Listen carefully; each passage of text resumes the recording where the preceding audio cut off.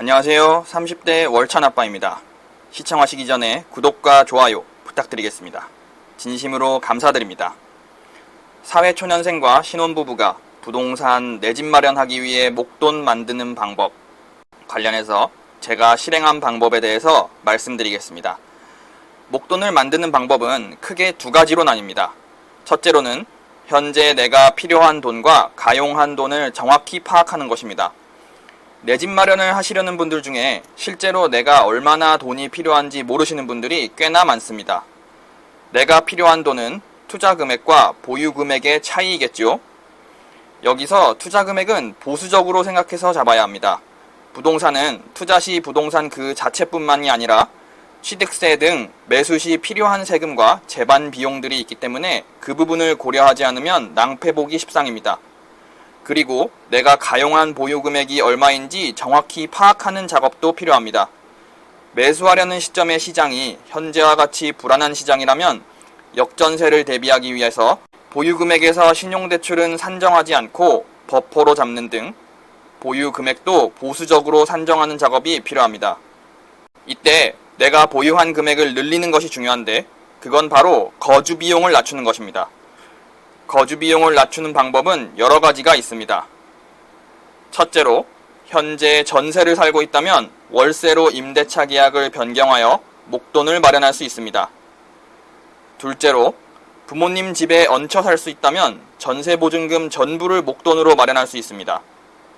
셋째로 지금 살고 있는 곳보다 거주 여건이 좋지 않은 곳으로 이사해서 거주 비용을 낮출 수 있습니다. 소위 몸빵테크라고 합니다.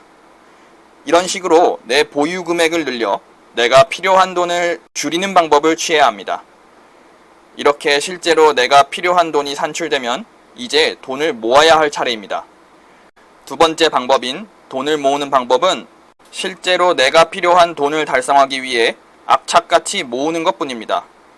어떤 특별한 방법이 있을 거라고 생각하셨나요? 저는 내 집 마련을 위한 목돈 마련은 투자로 이루기 어렵다고 생각합니다. 절대적으로 저축으로 마련해야 합니다. 저축하는 속도보다 집값이 올라가는 속도가 높다는 이야기를 많이 들으셨을 텐데 그건 악착같이 모으지 않았기 때문입니다.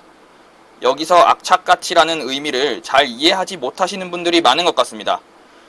돈을 모을 때는 모든 나의 의사결정이 돈을 모으는 데 집중돼야 합니다. 친구가 오랜만에 만나자고 하여도 나는 돈을 모아야 하기 때문에 만나지 않아야 합니다. 직장 동료가 커피 한잔 하자고 해도 그냥 사무실에 있는 인스턴트 커피를 먹기 위해 거절해야 합니다. 집안의 정기적인 경조사도 관련한 사람들에게 나의 꿈과 목표를 자세히 설명하고 이해를 구합니다. 쉽게 배달시켜 먹던 것들도 장을 봐서 일일이 소분해 놓고 항상 집에서 간단히 식사합니다. 이런 모든 절제와 인내가 수년간 지속되어야 합니다. 다시 말해 정말 거지처럼 살라는 이야기입니다. 내가 거지가 되었다고 생각해 보십시오.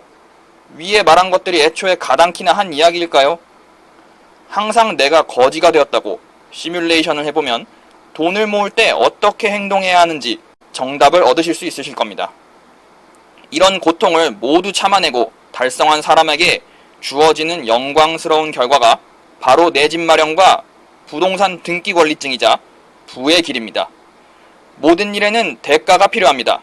대가 없이 이루어지는 일은 없죠. 시작부터 지원받을 일이 없는 저 같은 사람에게는 저 정도의 대가를 치러야 미래의 내가, 우리 부부가, 우리 자녀가 조금 더 여유 있는 삶을 살 수 있을 것입니다. 너무 어둡게만 이야기했다면 걱정하지 않으셔도 됩니다. 처음엔 힘들 수도 있습니다. 하지만 차곡차곡 쌓이는 나의 부를 몇 달만 지켜본다면 그 즐거움에 저절로 실행하게 될 것입니다. 부를 이루지 못한 대다수는 그 몇 달을 참지 못한 이유가 매우 큽니다. 의심하지 말고 몇 달만 나의 꿈을 위해 달려보십시오. 반드시 여러분의 앞날에 밝은 빛만이 가득할 것입니다. 여러분의 성공을 진심으로 기원합니다. 시청해주셔서 감사합니다.